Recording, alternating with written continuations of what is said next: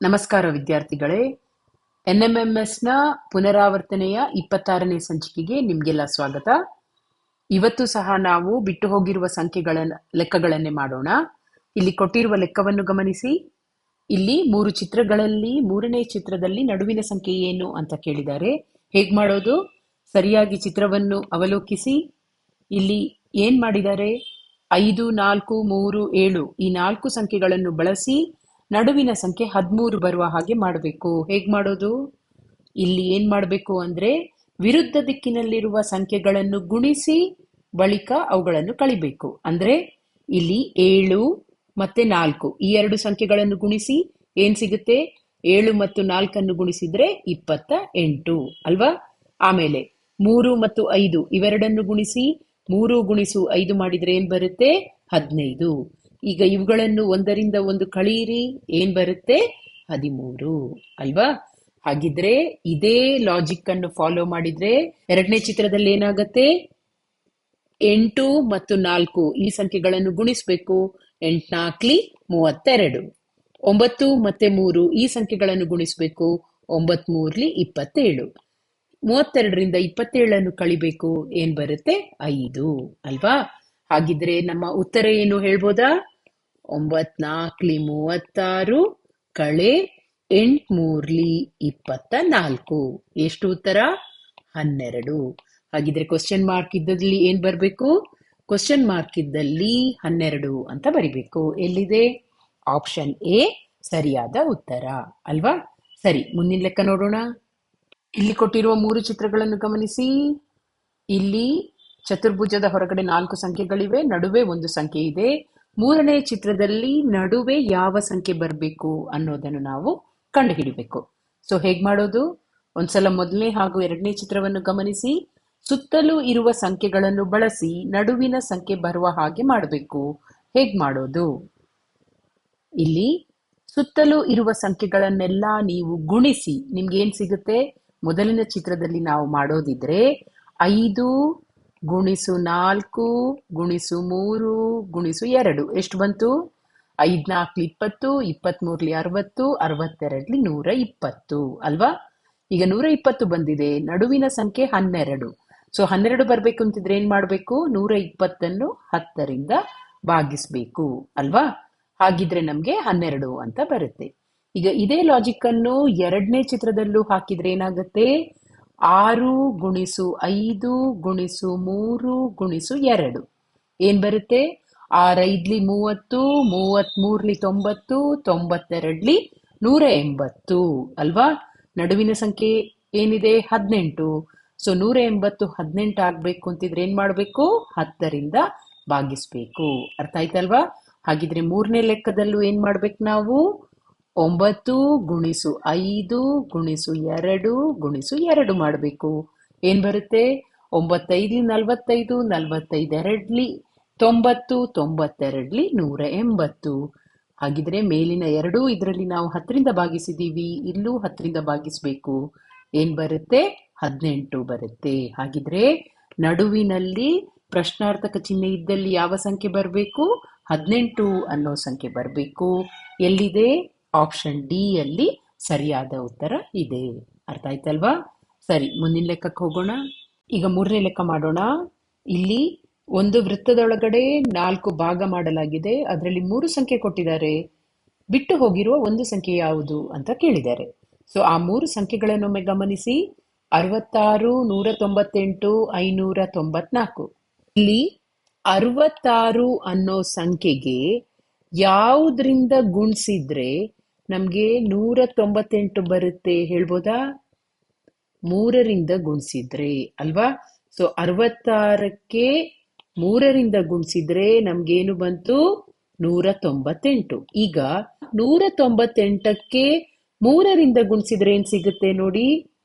594 ಸಿಗುತ್ತೆ ಅಲ್ವಾ?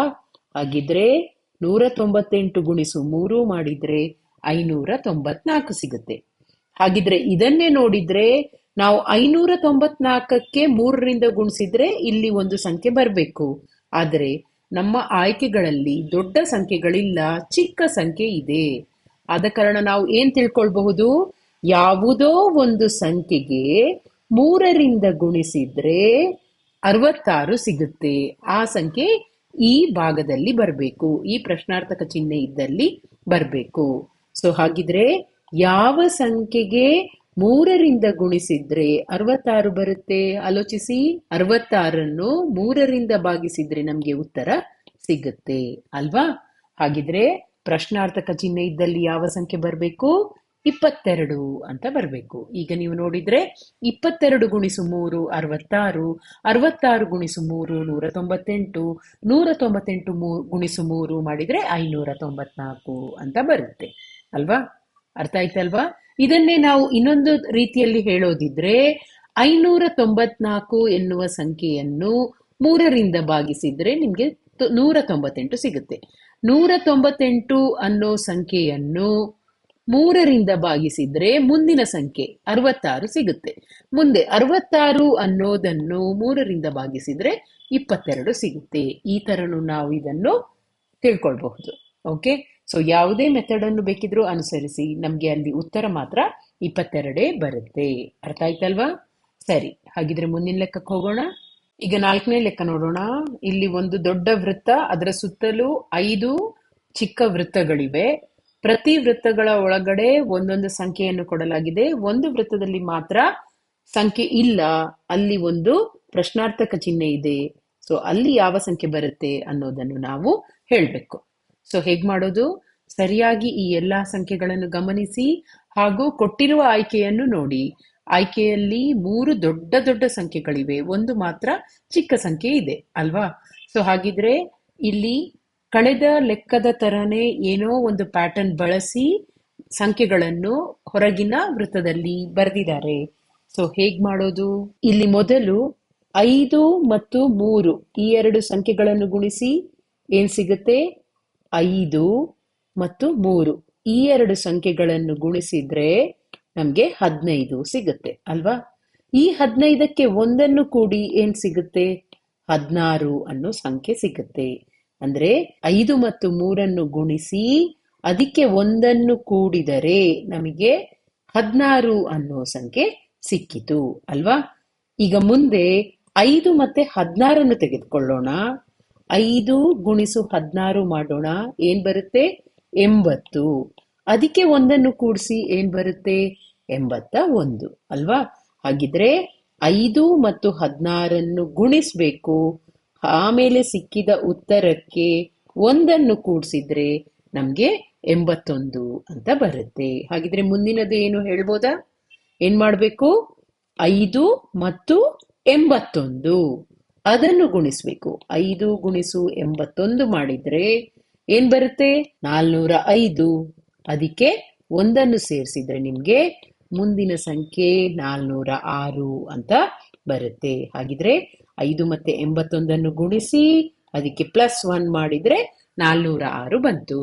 ಹಾಗಿದ್ರೆ ನಮ್ಗೆ ಪ್ರಶ್ನಾರ್ಥಕ ಚಿಹ್ನೆ ಇರುವಲ್ಲಿ ಯಾವ ಸಂಖ್ಯೆ ಬರಬೇಕು? ಹೇಗೆ ಲೆಕ್ಕ ಮಾಡಬಹುದು? 5 ಮತ್ತು 406 ತೆಗೆದುಕೊಂಡು ಅವುಗಳನ್ನು ಗುಣಿಸ್ಬೇಕು ಅಲ್ವಾ?